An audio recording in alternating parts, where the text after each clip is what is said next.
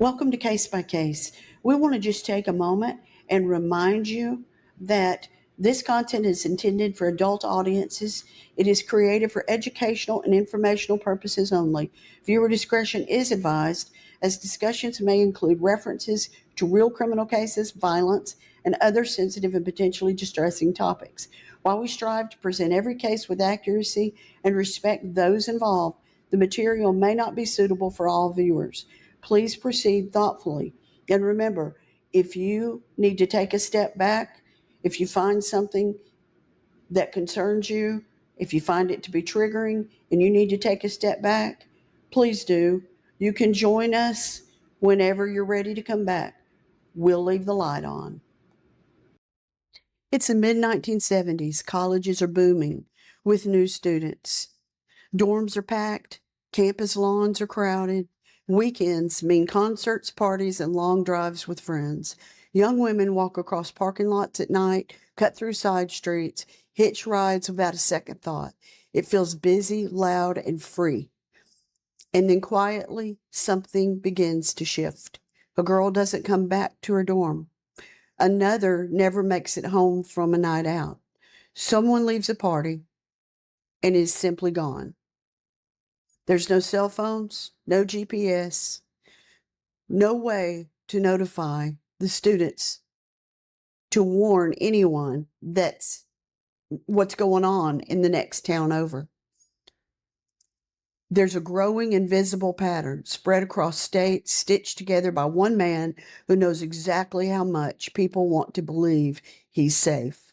This is Case by Case, and today we're stepping into the case and investigation of Ted Bundy and the aftermath that changed everything. Before we talk about any one person or any case, we've got to talk about the time. I know I've mentioned this in a previous case, but it really matters here. In the early 1970s, the world was so different from the one we live in now. If you weren't there, it's really hard to imagine. But I want you to picture this. I want you to imagine maybe you're driving. Maybe you're riding with a friend. Maybe you're walking down the road or hiking with a group. There is no cell phone. There's no GPS, no share my location, no quick text where you can say, hey, I'm on my way. I'm walking down the road. I'm going to go for a hike. If you got into your car and drove from one place to another, you used a map, a real paper map, not Google Maps, not an app on your dash. A folded, printed map you kept in the glove compartment. If you were traveling long distances, a lot of people kept map books, big atlases with entire regions and cities laid out page by page.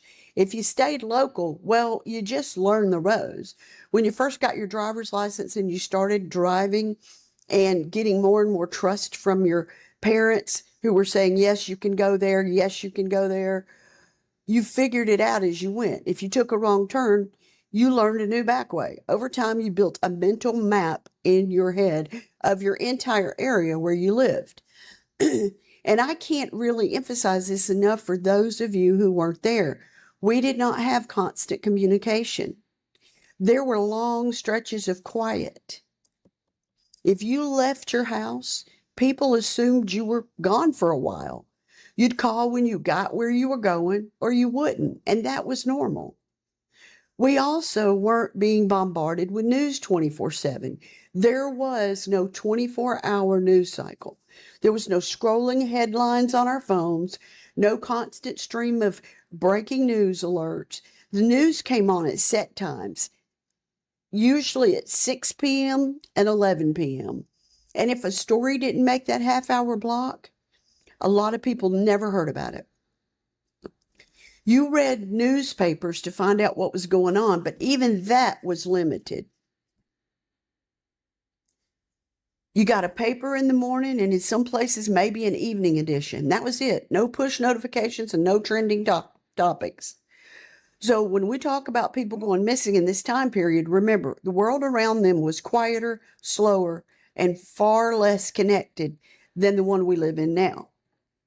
Because with no way to communicate immediately, there was no Find My Phone, no live location sharing, no GPS trackers. I want you to just think about that for a minute, because we're all so used to having constant connections and people knowing where we are. We post it on Facebook. We constantly text people. But if you went somewhere during this time frame, you were simply gone until you came back, or you didn't.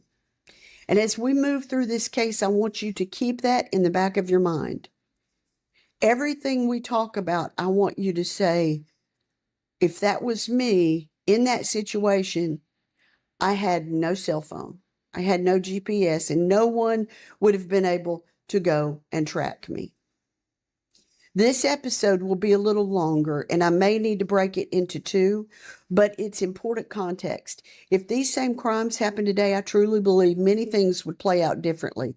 And to understand how this case pushed law enforcement to change, you first have to understand the world they were working in at the time. About the people who committed repeated targeted acts of violence, there's something we have to admit up front. We almost never know when they really started. There are things that never get reported, assaults that get written off as something else, disappearances blamed on drama, stress, or she just took off for the weekend. And that's true in this case too. We don't really know who his very first target was. We don't know the first time he tried something and backed out, or the first time he crossed a line no one knew about. But we do know the first disappearance that really left a mark on the record. The first young woman whose absence was serious enough, strange enough, that it forced people to stop and say, wait, something isn't right. Her name was Linda Ann Healy. She was a college student. She had a routine. She lived with roommates. She went to class. She had responsibilities. She was not someone who just vanished on a whim. She didn't take off for long, extended trips without letting everyone know. On the morning she was discovered missing, it didn't look like the beginning of anything bigger. It looked, well, confusing. Her roommates noticed things that felt off. Her bed had clearly been slept in. Some of her belongings were still there.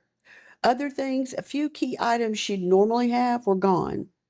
At first, there was that natural instinct to explain it away.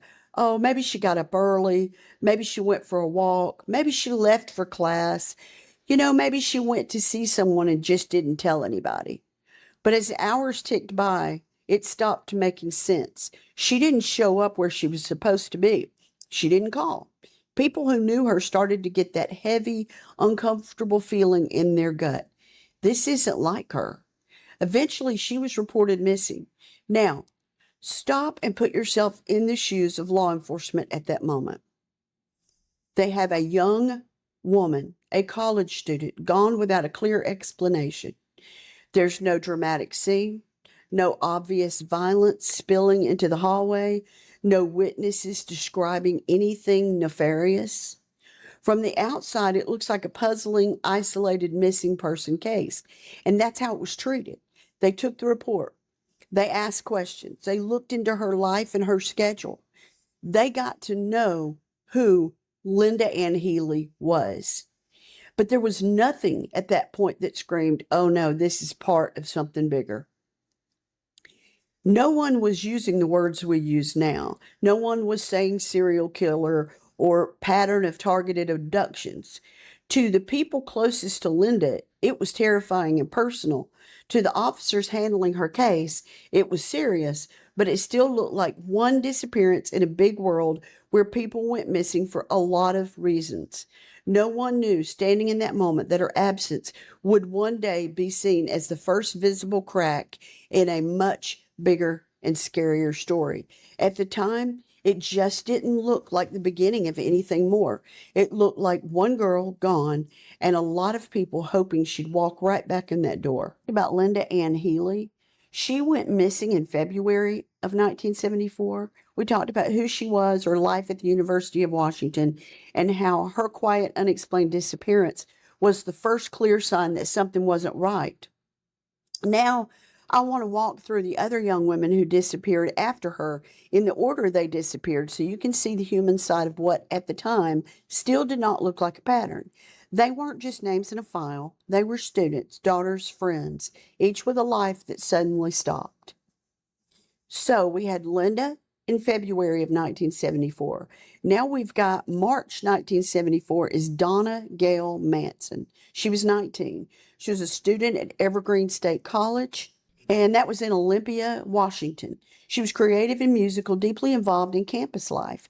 She left to walk to a concert on campus, just a short, normal walk through a place she knew well, and she never arrived. A month later, in April 1974, Susan Elaine Rancourt, 18 years old, went missing. Susan was a freshman at Central Washington State College in Ellensburg. She was responsible, ambitious, and serious about her education. One evening, after attending a meeting on campus, she started the familiar walk back toward her dorm, and somewhere along the route, she vanished. May 1974, Roberta Bobby Kathleen Parks, 22.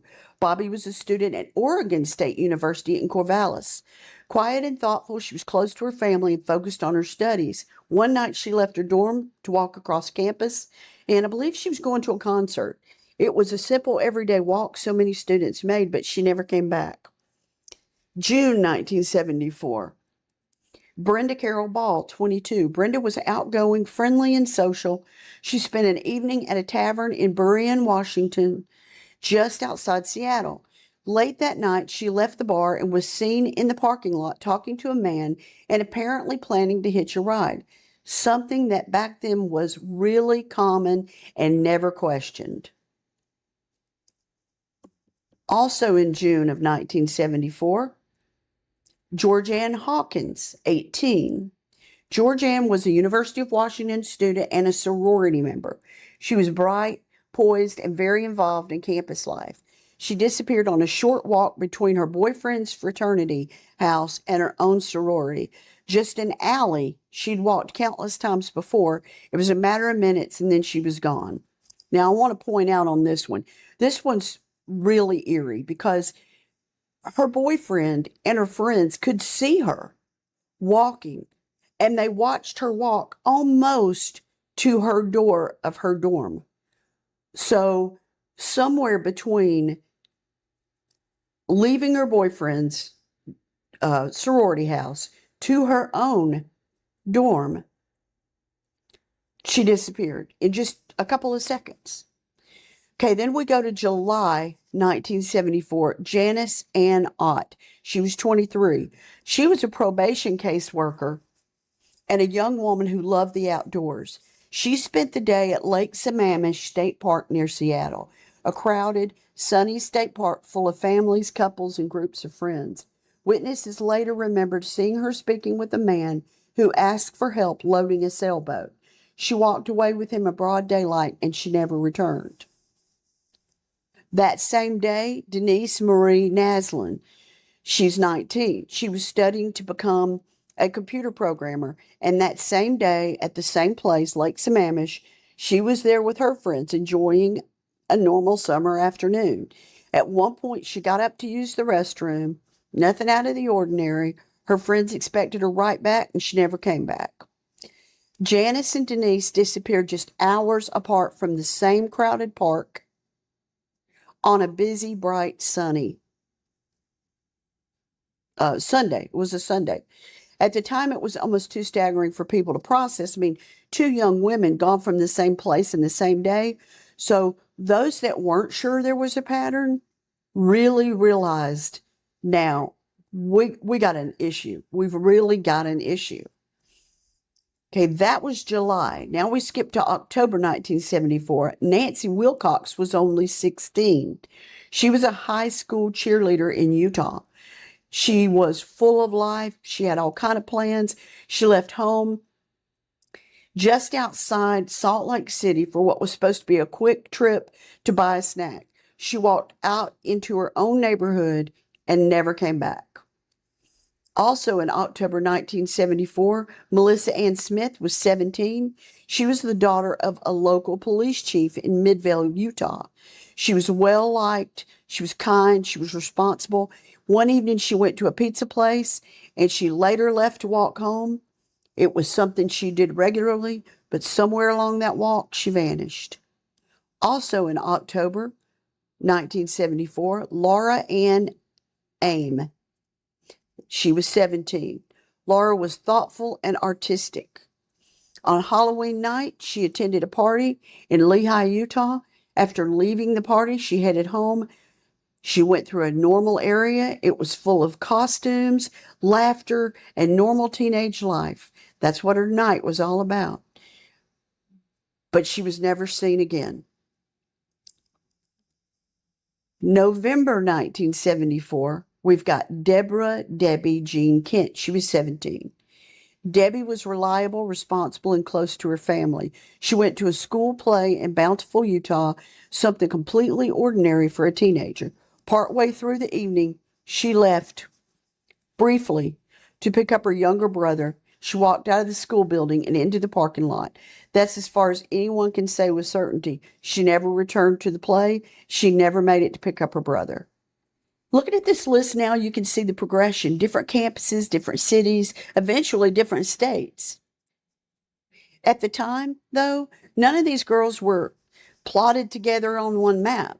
Their stories lived in separate police departments, in separate file cabinets, and in separate families' nightmares. To the people who loved them, each disappearance was everything. To the wider world, each one still looked like an individual tragedy. No one yet had the full picture. No one yet was allowed to say out loud what we now know. These young women, all of them, were part of the same story. By the middle of 1974, young women had been disappearing from Washington and Oregon for months. Linda, Donna, Susan, Bobby, Brenda, Georgianne, different schools, different towns, different dates. Each case had its own file, its own detective, its own exhausted family calling in for updates. And even though some investigators were starting to suspect a connection, there still wasn't one single moment where everyone stopped and said, "Oh, this is the same person." But that moment came in July. Lake Sammamish. On July 14th, 1974, Lake Sammamish was the key. Remember, there were families, couples, groups of friends. There were thousands of people spending a summer day at the lake. And by the end of that day, 2 young women had disappeared from the same park just hours apart. Witnesses remembered something they hadn't had in the earlier disappearances. They remembered a man, a name, and a car. Multiple women reported being approached by a polite, good-looking young man with his arm in a sling. He introduced himself as Ted and said he needed help loading a sailboat onto his VW Beetle. Now, I want to take a moment here and explain that VW bugs, that's what they were called, were bugs. They were extremely popular back in the day, and you could see them everywhere. So that car was not going to stand out in a crowd. But some turned him down and walked away. At least one walked with him as far as the car, realized there was no boat, got a bad feeling, and left. That same day, Janice left the beach to help a man who said he needed assistance with a sailboat. A few hours later, Denise walked away from a picnic, and she just went to use the restroom and never came back. So you have 2 women, the same location, the same day. All of them had remembered being approached for help by a man named Ted, a tan VW bug, and a fake injury. So for the first time, detectives had more than just scattered missing person reports. And keep in mind, there were other missing reports of young women too, and those turned back up. Those women came back. So police really didn't have a reason until this point to tie all of that together, because some women did come back. But now they had a consistent description, a first name. It might have been fake, they didn't know, but it was a consistent first name, a vehicle, and dozens of witnesses who had seen the man work in the park all day, asking people for help. So now they knew this was not college chaos or girls running off. This was targeted. King County, that's in Washington, King County investigators put together a composite sketch and plastered it everywhere. Bulletins, newspaper, local TV. They circulated details about a man named Ted with a tan or bronze VW bug. and tips started flooding in, hundreds per day, actually. But now remember, Ted was not an uncommon name, and a VW Bug was not an uncommon vehicle. So as the tips started to come in, some of those calls named Ted Bundy. His girlfriend called, a coworker called, even a college professor called, and they all said some version of, "This sounds like someone I know." And here's the painful part. He was noted. He was put on a suspect list, but he didn't stand out yet. He was a law student. He was clean cut, no serious criminal record. The sketch wasn't a perfect match. The car color was debated. Again, VW Bugs were a dime a dozen in the day. The hair didn't look quite right. With so many tips piling up, he just didn't look on paper like the most likely candidate. And those that knew him really felt like he was just not a viable suspect. So his name did stay on the list, but it didn't move to the top yet. So up to this point, every one of these young women was officially missing. Families knew something horrible had happened, but there was really not any physical proof connecting them. So there was no concrete evidence that these were all the work of the same person, even though we have Lake Sammamish. Now, investigators were looking in and saying, okay, these have got to be related. And they were communicating, starting to communicate. But everything changed in September of 74, because in September of 74, hunters walking near a service road outside Issaquah, Washington, which is just a couple of miles from Lake Sammamish, came across human remains. Police moved in and searched the area, and over several days they found the skeletal remains of Janice Ott and Denise Naslin, along with additional bones that were later believed to belong to Georgia Ann Hawkins. This was the first time investigators could see evidence of multiple victims linked to the same general site, connected back to missing women from different dates, and had to be the same person. Remember, they were still working with paper files, typewriters, and telephones. There were no computers. There was no centralized national system to instantly cross-check. Because if they had been able to cross-check across multiple counties, they would have seen that this was a much larger situation right from the get. Back in Seattle, detectives also started using something very new for the time. A computer was brought in. Now, they didn't have computers up to this point, but Seattle got one of the very first ones. And they fed in lists, names of men named Ted, Volkswagen owners, people connected to the victims. Sorry, my dog's about to bark. I apologize. Prior complaints and tips. They were trying to find overlaps, names that showed up on more than one list. And when the machine finally spit out a set of hits, Ted Bundy was one of the names that appeared on a lot of lists and was really on what detectives considered their top suspect sheet. So by early 1975, here's where things stood in Washington. Investigators knew they had one offender now, or at least one main offender. They didn't know if there was more than one. They had multiple victims confirmed. They had a general profile. I'm sorry. There went my dog. I'm sure a leaf is blowing outside. They also had a general profile. Young, mobile, blends in, uses charm and props. Because remember, he had, at Lake Sammamish, been seen asking people for help because he had an injured arm, and it was either in a sling or a cast, depending on who what the witnesses described, and was seen asking people for help and walking, asking them to walk towards his vehicle.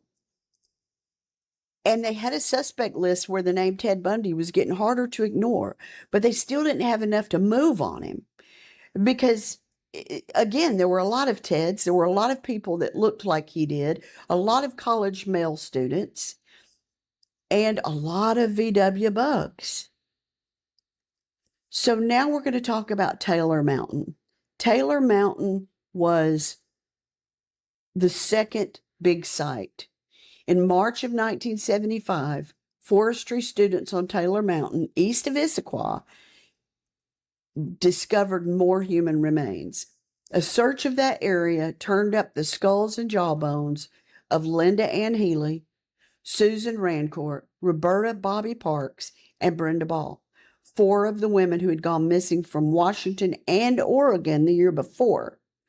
So now we know we've got the Oregon victims have been discarded in a place in Washington state with other victims from Washington state. So now they know that this man was traveling, probably dating, probably going to school. He may have been married. And on paper, he still looked like a promising young professional. Well, let's refer to Ted Bundy. On paper, Ted Bundy still looked more like a promising young professional than the monsters that investigators were starting to picture. So I want to stop right here and say this was a change in a couple of things. Not only were investigators realizing one person could do these things across state lines and across multiple counties and do this victim once a month, they also were realizing that the monster that does this does not look like a monster in many times. Many times, this looks like a person you would least expect, a family person, a studious person, maybe a person in grad school, law school, med school. Those things could not be ruled out. And that was the first time that it really became part of the accepted profile that this person was not going to look like someone that would go and harm someone. So now the investigators are at a point where the pattern is finally obvious. The investigation now is focused and coordinated, and Ted Bundy's name is now one of a handful at the very top of a long, long list. He's not just one of thousands. He's at the very top. But the break they really need doesn't come from a computer search or from the woods outside Seattle. It comes from something else entirely. A woman in a third state, not Oregon where they found victims' remains, and not Washington. So they knew Oregon and Washington were linked. Now they got a woman in Utah who gets into a car with a man pretending to be a police officer. She survives. We're going to talk about her and how it changed the investigation in the next section. Okay, so by early 1975, investigators in Washington had finally connected the disappearances between multiple missing women and 2 remote recovery sites. They knew they were dealing with one offender now, but the man they were hunting was already gone because he had moved to Utah. This is one of those things where staying mobile back in the day really helped offenders fly under the radar because there just was no central way to track them. But now we've got a new state and the same pattern. We got young women disappearing. In the fall of 1974, remember the others took place in spring and summer. In the fall of 74, a new set of cases began to unfold hundreds of miles away, and they were around the Salt Lake City area. At first, they didn't look connected to anything happening in Washington or Oregon. They looked like local tragedies. Nancy Wilcox was 16. She was a high school cheerleader in October, and she disappeared in Holiday, Utah. She left home to buy a snack, just a quick trip. We talked about her briefly before, but she's a Utah case. And these took place in October. Her family reported her missing. Locally, it was taken seriously, but it wasn't linking her to the bigger picture. Then also in October, okay, that was October the 2nd, October 18th. Now, can you see how these are getting closer and closer together? So at first we were a month apart. Now we're starting to get closer together every 2 weeks. So Melissa Ann Smith disappeared, and that was 16 days later. She was the one that we talked about earlier that was the daughter of the local police chief. She went to a pizza place, hung out with friends, and then left sometime after midnight to walk home. Home wasn't far, and she'd done this a lot of times, but on that route, she disappeared. Now, the good news is a police chief's daughter doesn't go missing without attention. Her case drew immediate focus from local law enforcement. Searches were done, questions were asked, but still, there wasn't an obvious connection to the missing girls in Washington. Now, on October 9 in 1974, we got Laura Aim, who was 17, we talked about before. She disappeared after attending a party in Lehi, Utah. So she left the party, she headed home, she didn't get there. Her disappearance started to add this level of fear for families and detectives in Utah. But again, all of this was viewed as a cluster of local cases, not part of a bigger picture, and certainly not part of a multi-state situation. So now it's not but 8 days later, November 8th. Remember, the last one was October 31st. Now we've got November 8th. Debbie Kent, she was 17. She was in Bountiful, Utah when she disappeared.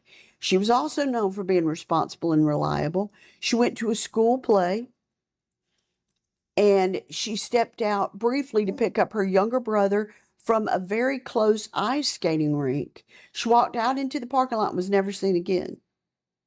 Now, later investigators would find a key detail in that parking lot. It was a set of handcuff keys that would match a pair of handcuffs belonging to the man eventually arrested in Utah. But at the time, all anyone knew was this: Nancy, Melissa, Laura, Debbie. 4 teenagers gone from nearby communities in a little over a month. Utah detectives were now living what Seattle investigators had lived the year before: separate disappearances that didn't yet have a name or a face tying them together.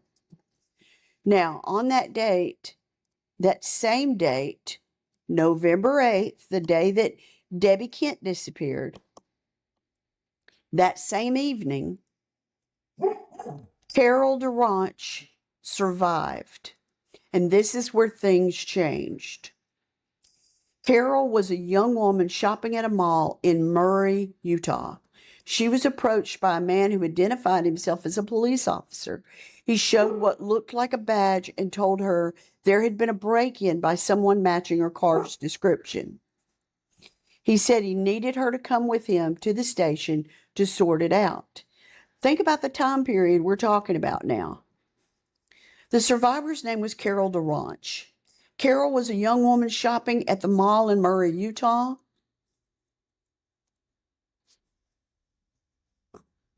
And, we're going to talk about this time period because Carol had no reason not to trust someone walking up to her and saying they were a police officer. There was no quick way to call and verify his story. There was no way to ask anyone. No, let me look up the police department number on my phone. So she went with him. Instead of a marked police car, though, he led her to a Volkswagen Beetle. He brushed it off with an excuse to undercover work, an unmarked car, something plausible enough in the moment. I mean, who wouldn't believe that if you're undercover, you might drive an undercover vehicle? So they drove. But somewhere along the road, things shifted. His conversation at first had been friendly and nice, but then his tone and his behavior shifted and changed. And all of a sudden, something started to feel wrong for Carol. And when he pulled off the main road and stopped, it became very clear that this was not a trip to the police station. He tried to handcuff her. handcuff her. And when he tried to put the handcuffs on her, she fought back hard. And in the struggle of fighting him, he managed to get one cuff on her wrist, but not the other. So she opened the door, got herself out, and threw herself out of a moving car. She ran into the road. She was injured. She was scared, and she flagged down the first car she saw. And those people took her to the real police. For the first time, there was a living witness who had been inside his car. A detailed description of his face, his voice, his vehicle, and how he operated. And physical evidence, the mismatched handcuff that would later align with what was found where Debbie Kent vanished. Because remember, we had the handcuff keys that were found there. Now, Carol Durant's survival didn't just save her own life. It gave investigators a roadmap. How he approached women, how he used a fake authority figure to, appear trustworthy, what kind of car he drove, and how quickly he could switch from helpful to dark to violent. Because Carol described that change happening instantly. And other people throughout the years who have come into contact with him, whether they were survivors or they were friends or relatives or whatever, have described how his eyes almost shifted into a darkness and when his anger and rage hit him. But her testimony would eventually become one of the most important pieces in the entire case. So by now we have a series of young women missing from Washington, Oregon, bodies found in remote locations outside Seattle, a wave of disappearances in Utah, Nancy, Melissa, Laura, Debbie, and a survivor, Carol, who can describe the attacker and his methods in chilling detail. What no one fully grasped in those early days, but what we can see clearly now, is that it was the same type of victims, the same style of approach, the same car, the same general time window, were all lining up across multiple states.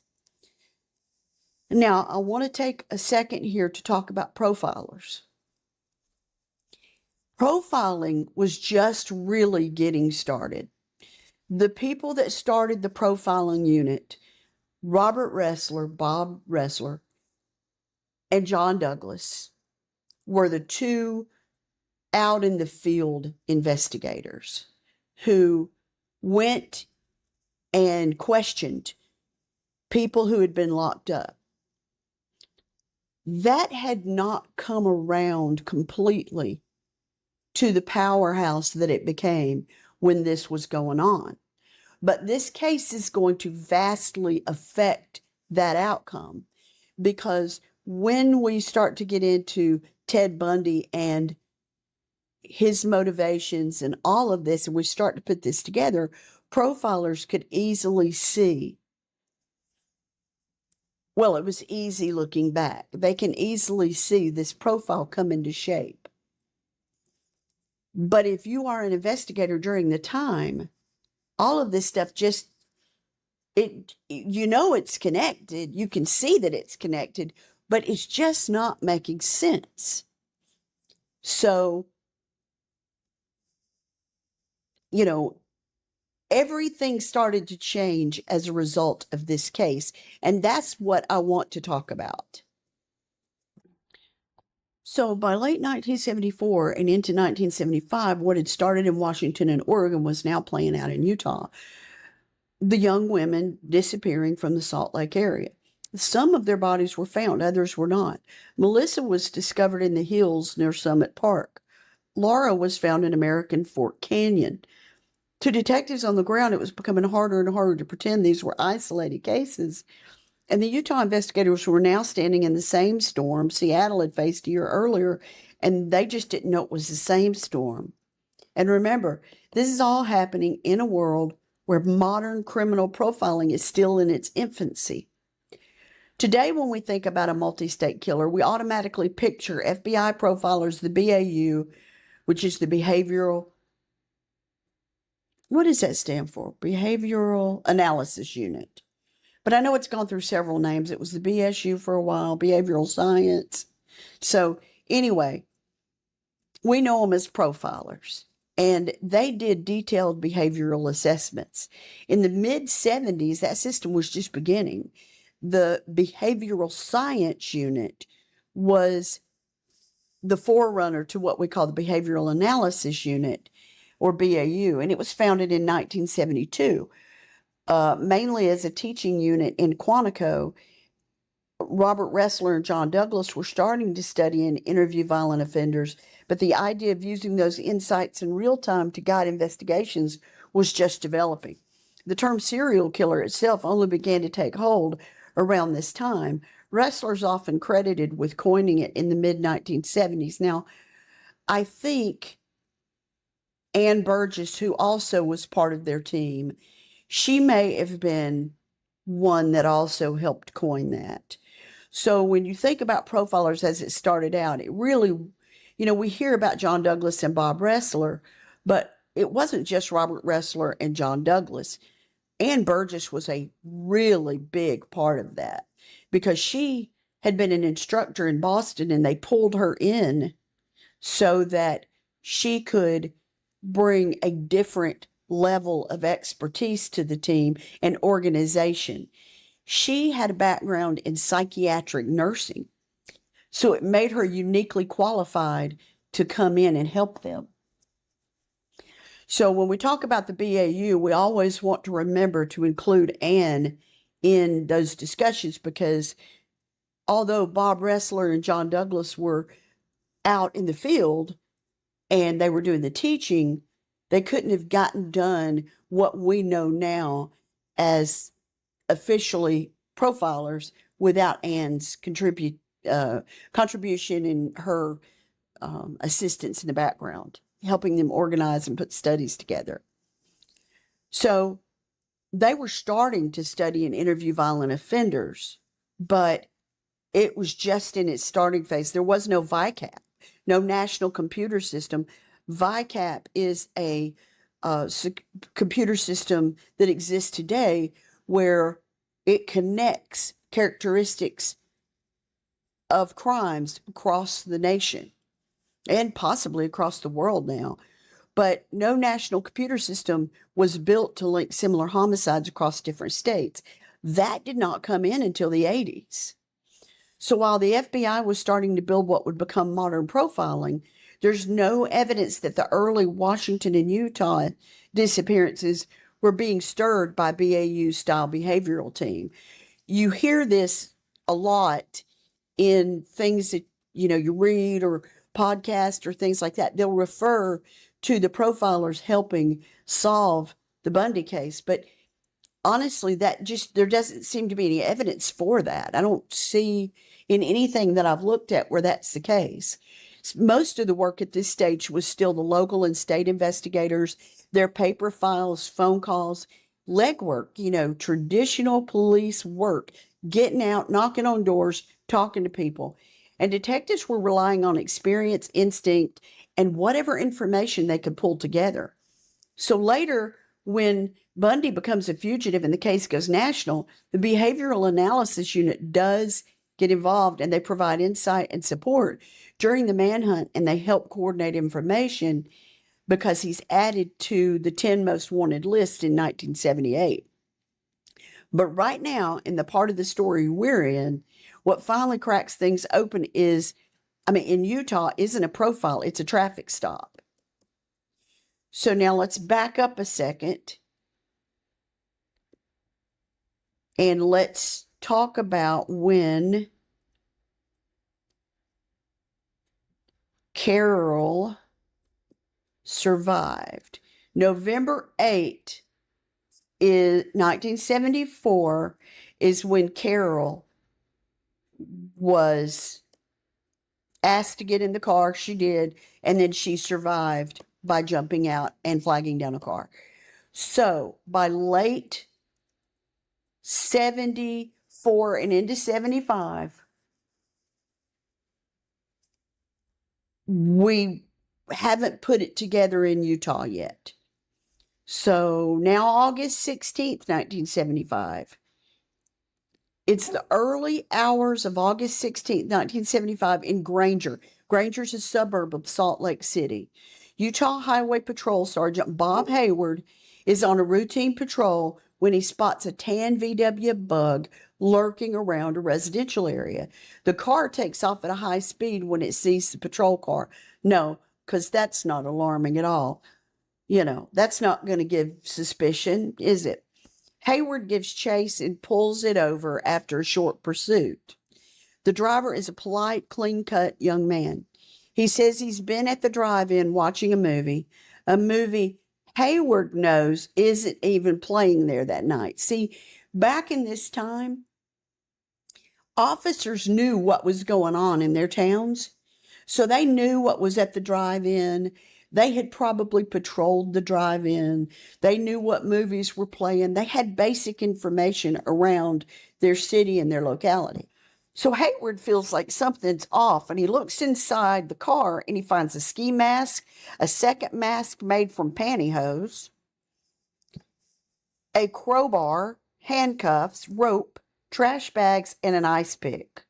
He also sees that the front passenger seat's been removed and placed in the back, leaving a wide open space next to the driver. Of course, the young man has explanations for everything to the police officer. The ski mask is for skiing, and in Utah, that makes sense. The handcuffs, he claims he found them in a dumpster. The rest, he says, are household items. So Hayward doesn't buy this explanation for these things in the car, and he arrests the driver on suspicion of evading and brings him in. The name on the booking sheet, Theodore Robert Bundy. At first, the arrest is technically about traffic and suspicion, not murder. But back at the office, Detective Jerry Thompson recognizes that Volkswagen and that driver's description from somewhere else. The attempted abduction of Carol Durant at the mall. And she gave the same description of the man, the same kind of car, and the officer's story and attempted handcuffing. So investigators start lining things up. Carol had described a man who pretended to be a police officer, led her to a VW, and tried to handcuff her before she escaped. Later that same night, Debbie Kent vanished from the school play when she was supposed to go pick up her brother, and a handcuff key was found in the parking lot that would eventually be shown to unlock the cuffs taken off Carol's wrist. Now, in this car, they've got handcuffs, masks, rope, a crowbar, and a man whose answers don't quite add up. Now, let's talk about this for a second. Masks, not the pantyhose mask, but the other mask, could be equated to skiing in Utah. That's fine. A crowbar, you could have a crowbar in your vehicle. But a rope and pantyhose mask and handcuffs, that's a kit. That is a kit. So meanwhile, detectives are very aware that Nancy, Melissa, Laura, and Debbie are still all missing from the same region within weeks of one another. And now they got this guy they've pulled over with this kit, basically, in his VW Bug. And two of those bodies, Melissa and Laura's, have already been found, confirming that at least some of the girls were murdered, not runaways. So the question that they have now is this traffic stop just a weird guy with burglary tools? Because, all those things could be used for burglary. Or is he the man behind a string of attacks and disappearances that is stretching across multiple states? Now, as Utah investigators dig into Bundy's background, something interesting happens on the broader level. By the mid-1970s,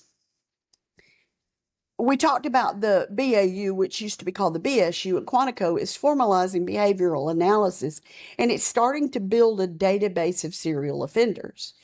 Ressler and Douglas are interviewing convicted killers to identify patterns, victim type, approach, control, dumping sites that can be used to help solve future crimes and future cases. But the tools are still new, so they aren't the first thing that local departments think to reach for. In Bundy's case, the early Washington and Utah investigations are mostly built on traditional detective work, as we've talked about. They take witness statements, they go door to door, they talk to people. What did you see? What did you hear? Do you know of anybody fitting this description? Physical evidence, timelines, and surveillance. We didn't have cameras everywhere back in these days, so surveillance was going to be limited to specific areas. The emerging profiling work at the FBI was more background context than frontline direction at this stage. So now, later on, when Bundy escapes and kills again in Florida and becomes a national fugitive, the FBI and the BAU will play a stronger advisory role, so to speak, in the manhunt and understanding Bundy's patterns. And ultimately, they interview him. But the turning point we're in right now is a trooper who trusted his gut at 3 a.m., a survivor who refused to stay silent, and a set of detectives willing to connect a suspicious car stop to a series of missing girls. So now from here, the walls start to close in.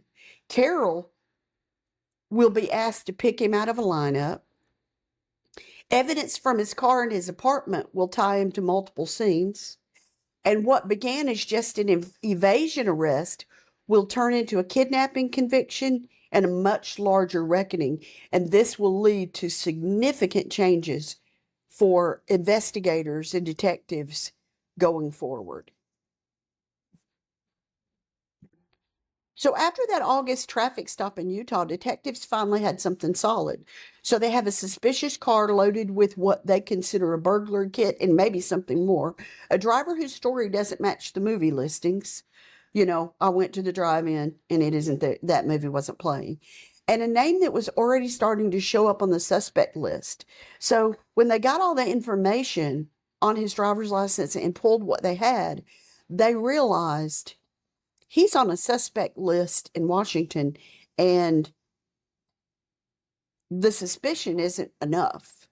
What they needed was someone who could look at him and say, that's the guy who attacked me, and that was Carol DeWanch.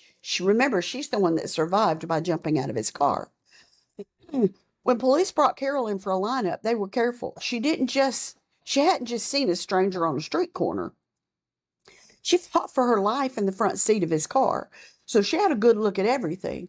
She listened to his voice. She watched his face shift from calm to violent. She felt his hands on her. I mean, she knew what he looked like, who he was, how he acted, and what he did to control his victims. They placed several men behind the glass, all with, basically similar builds and features. And they had Carol, sorry, I had a tickle in my throat. They had Carol watch quietly from her side of the glass, and they had her listen and pay attention. And when it was all over, she pointed to one of them. She didn't hesitate. She didn't hedge. She identified Bundy as the man who pretended to be the police officer, lured her out of the mall, and tried to handcuff her in his VW. From that moment on, in Utah at least, he wasn't just a guy with suspicious items. He was now the named suspect in an attempted kidnapping. Now, once Carol identified him, investigators started working backward and outward, and they looked at the way he approached her, the fake badge, the fake story, unmarked car. What does that sound like? That sounds like some fake things that he did at Lake Sammamish. The way he tried to control her, the handcuffs, the remote location, the attempted restraints, the items in his car, the masks, the rope, the crowbar, the trash bags. I forgot about the trash bags. I mean, I guess you could have trash bags in your car, but I don't know that I've ever traveled with trash bags in my car. But they connected that to the handcuff key found in the parking lot, the night Debbie disappeared, the missing girls in and around Salt Lake City, all taken off streets in ways that didn't fit the usual narrative. And at the same time, they started looking into his background. He was a law student, clean cut, involved in politics, a guy with friends, a long-term girlfriend, and a surface-level life that didn't match the picture of the monster that people carried in their heads. And this is where the story really changes. because while investigators were lining up evidence, other people were lining up behind him. On paper and in person, he didn't look like what they thought should be a predator. He wasn't a drifter sleeping under bridges. He wasn't visually unhinged or isolated. He wasn't on drugs or alcohol. He had people who would tell you he was charming, intelligent, and even sweet. Friends and acquaintances described him as polite, ambitious, intelligent, interested in politics and law, always wanting to learn more. The kind of guy you could easily picture in a courtroom, but as a lawyer, not as the defendant. So as word spread that this well-spoken law student was being charged in an attempted kidnapping, two things really began to form. From the investigators, they started to say, we might finally have the man who's been attacking and killing women across multiple states. Supporters, though, were saying there's no way this guy would do that. Letters poured in, some from people who knew him, some from people who didn't, but were drawn in by his appearance, his education, and his demeanor. They believed him when he said he was innocent. They believed the police had the wrong man. And as we'll see, that split between those who see him as the cold-blooded killer and those who insist that he's just a misunderstood person never really goes away. Now imagine if it was today. He would be all over YouTube. There would be lives on him.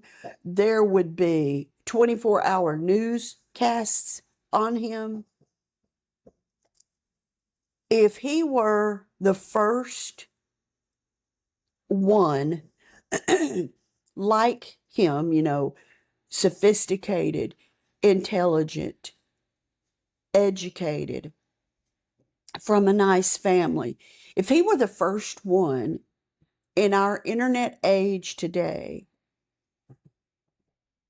there wouldn't just be supporters writing letters. There would be supporters picketing every office, protesting, and really coming out for Bundy, saying he was innocent. Because just looking at him on television, he has a boyish kind of grin, a nice, oh, you've got the wrong guy kind of demeanor that the public just doesn't see because none of us were ever his victim. So the trial in Utah for the kidnapping of Carol was the first real test. This wasn't about Washington yet, and it wasn't about the missing of the dead. On paper, it was just State of Utah versus Theodore Robert Bundy for the aggravated kidnapping of a young woman from a shopping mall parking lot. Carol took the stand, and she told the jury in detail how he approached her. He claimed to be a police officer, how he showed her something that looked like a badge and said her car might have been broken into. She described how she became uneasy. She still got in the car because she didn't have a script in her head that screamed, this is a trap. How he drove him away. He was talking and he was likable. And then he suddenly pulled off the road, stopped, and turned violent and started to handcuff her. She described how she fought back. She scrambled. And luckily, she threw herself out of the car and into the road. She faced him in the courtroom. She identified him in the courtroom. The same face, the same eyes she'd seen that night. Now, the defense challenged her. Could she be mistaken? Was the lineup suggestive? Did she really remember his face, or was she just filling in the blanks after seeing him on paper or in the news? She held firm. She knew that's who she saw. She saw him up close and personal in the car as he tried to handcuff her. This was not a distant memory of a random stranger. This was a memory of survival. She knew because he put his hands on her. This was seared into her mind by fear and adrenaline. The jury heard her testimony and they saw the items from the car. They saw all the evidence. They heard from officers and experts. And in March of 1976, they found Ted Bundy guilty of aggravated kidnapping.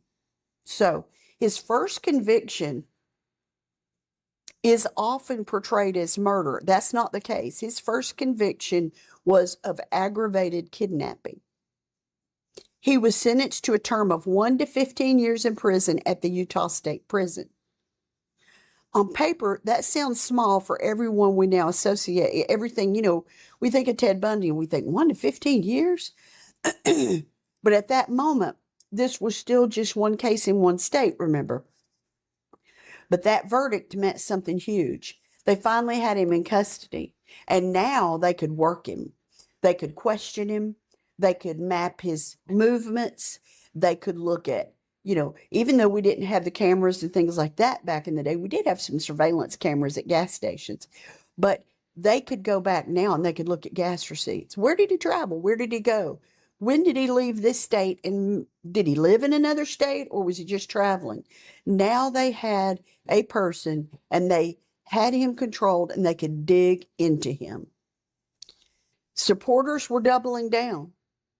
They just believed he was framed. They received letters, visits, and sympathy. He received letters, visits, and sympathy from those who believed him. And, that's going to bolster him because he loved attention anyway. We later on know that. He loved the attention of being in the spotlight. So these letters and sympathy and support would have really made his ego just shine. But the detectives in Washington were re-examining their missing and murdered women, and they were looking at it with fresh eyes.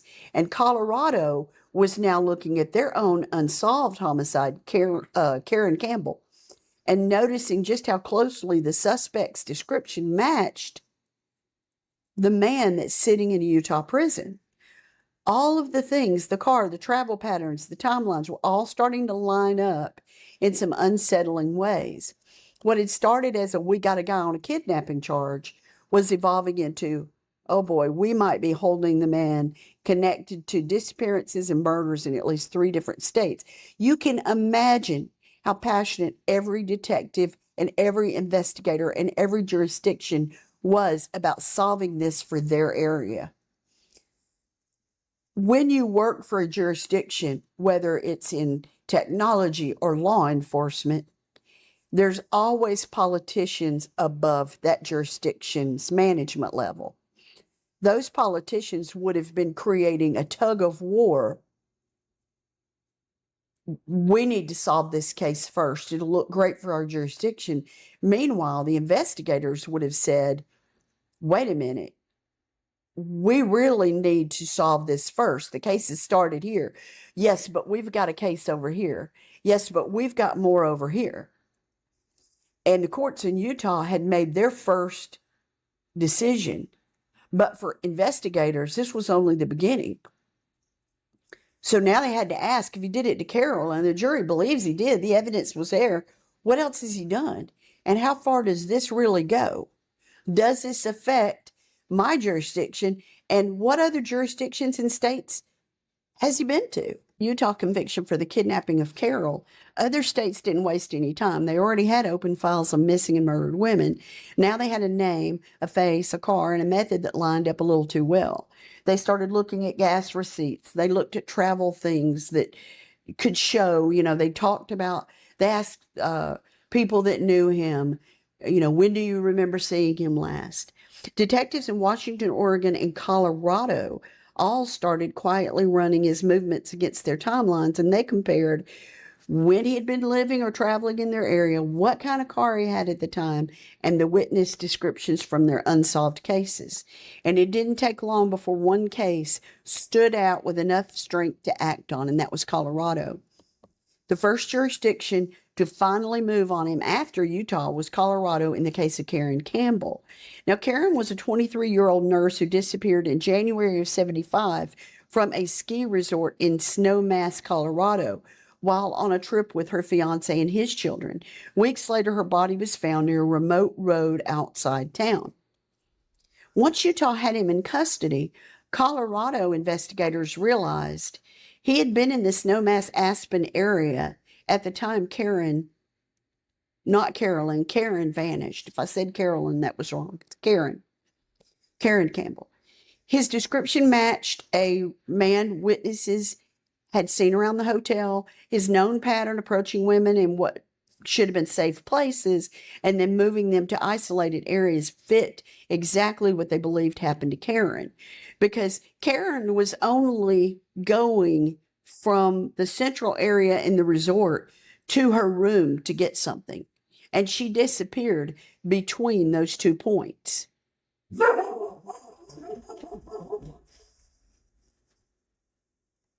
So, because this seemed to line up to exactly what happened to Karen, Colorado filed murder charges and they moved to have him extradited from Utah to stand trial. So, Utah was a conviction for kidnapping. Other states investigated, and Colorado says, we've got enough. We're charging him with murder. Send him here. That decision to pull him from one state to face trial in another sets up everything that comes next. A high-profile murder case in Colorado, court appearances that draw even more media attention, and ultimately the first escape that will force everyone to rethink how they handle high-risk prisoners. Now, through all of this, Bundy was loving the attention that he was getting. He was, again, on the front of newspapers, on the nightly news, and he was enjoying being able to talk anytime the cameras were on. He had no problem lighting up a smile and claiming his innocence, and he was not going to just sit back and let his attorneys do their work. He had to be front, right in front of everybody because his ego wouldn't stand anything else. So in Colorado, Bundy leaned hard into the image he wanted the world to see. He insisted on taking a leading role in his defense. He filed motions. He asked to use the law library. He acted less like a defendant and more like a junior attorney. And that's what he wanted the world to see. And he also was working his ego a little bit because he had wanted to be a law student, a lawyer. And he was a law student. He wanted to be a lawyer. But, his nighttime activities kept getting in the way of studying in law school. But every pre-trial hearing was another chance for him to chat with reporters, smile for cameras, to give confidence as if the whole thing was a misunderstanding. In fact, he even told one of his attorneys, that silly little matter. And his attorney tried to tell him, Ted, this isn't a silly matter. This is a really serious case. And you could go away for a very long time. But in the 1970s, security at local courthouses wasn't designed with potential serial killer with multiple states watching in mind, okay? That it just wasn't set up that way. He was dangerous, but he was also non-threatening on the surface. And remember, the thing Ted did better than anything was to make people trust him and make people be off guard with him instead of on guard. So people often, that's just Ted. He'll be fine. I'll turn my head for a second. I'm okay. And that is exactly what he wanted to portray to people. That's who he was on the outside. To those who are not his victims, that's who he was. So in June of 1977, during a pretrial hearing in Aspen, Colorado, he was allowed to use the law library on the second floor of the courthouse to work on his case. He wasn't shackled. He wasn't handcuffed. He wasn't behind bars, and he was given a certain amount of freedom to move around the library. Now, he was guarded, but not like someone considered an extreme escape risk. And at one point, the guard trusted him and stepped away. And that's when Ted took his chance. He opened a window, jumped out from the second floor into the courtyard. He injured his ankle, and he disappeared into the nearby mountains and woods. Just like that, a man charged with murder, already convicted of kidnapping in Colorado, and suspected in multiple jurisdictions of murder was gone. Someone saw him jump out the window, went into the courthouse and said, "Hey, is there supposed to be a person jumping out of the second floor window up there?" And meanwhile, he simply jumped out of the courthouse and went on the run.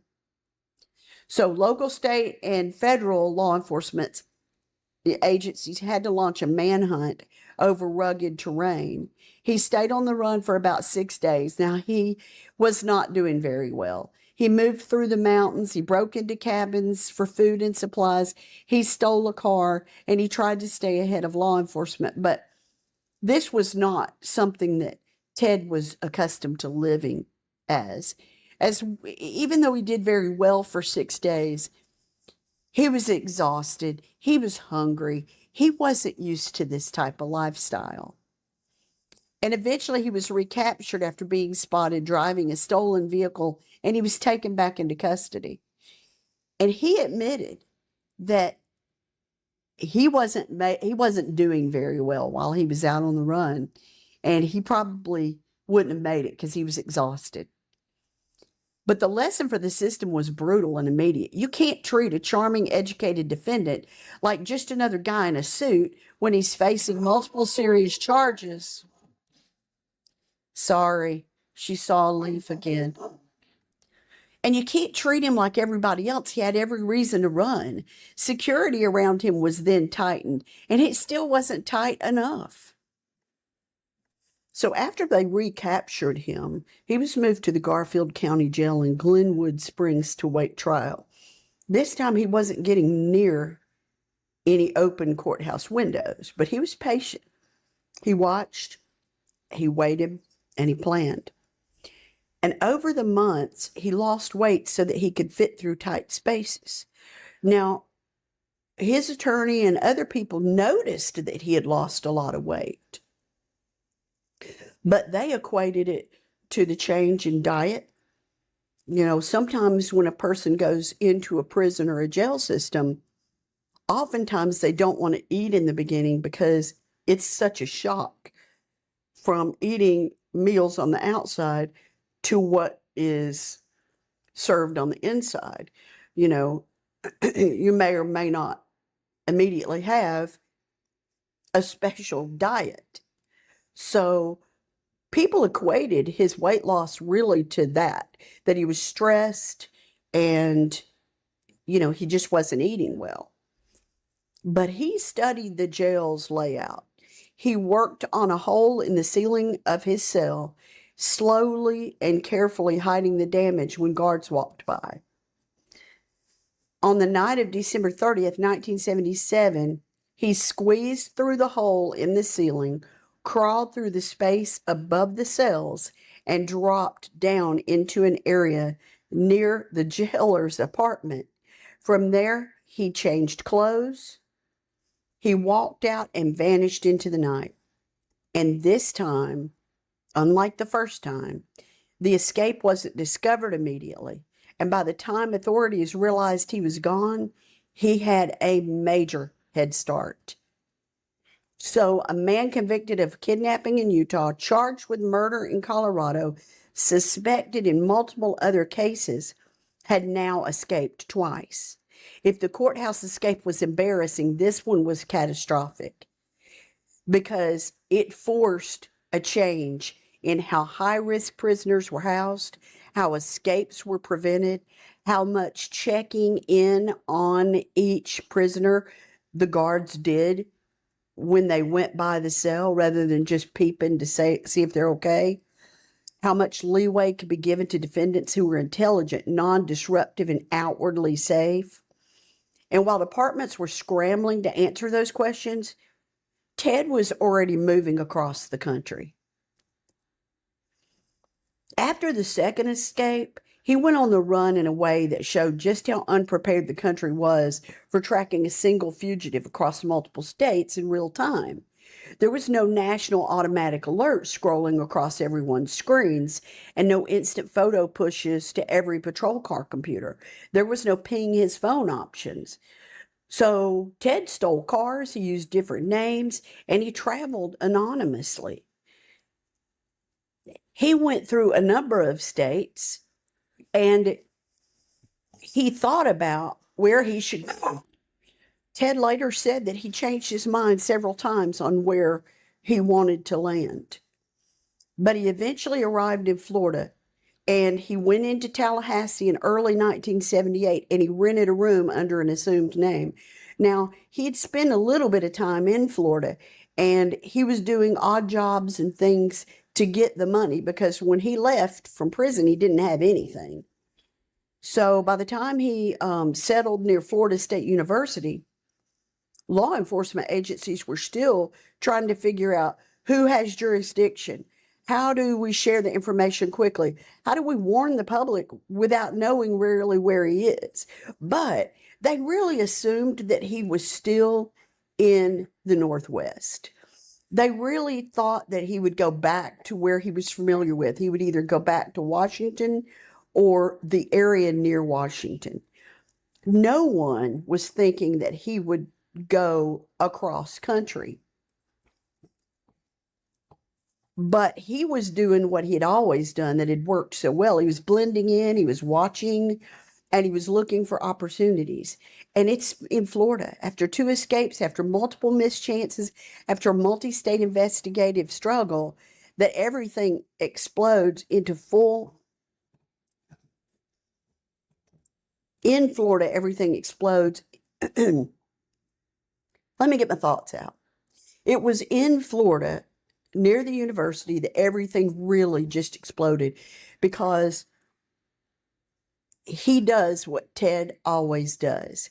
You know, even after being confined, even after, arrested, escaped, and rearrested, Ted had not gotten the killing out of his system.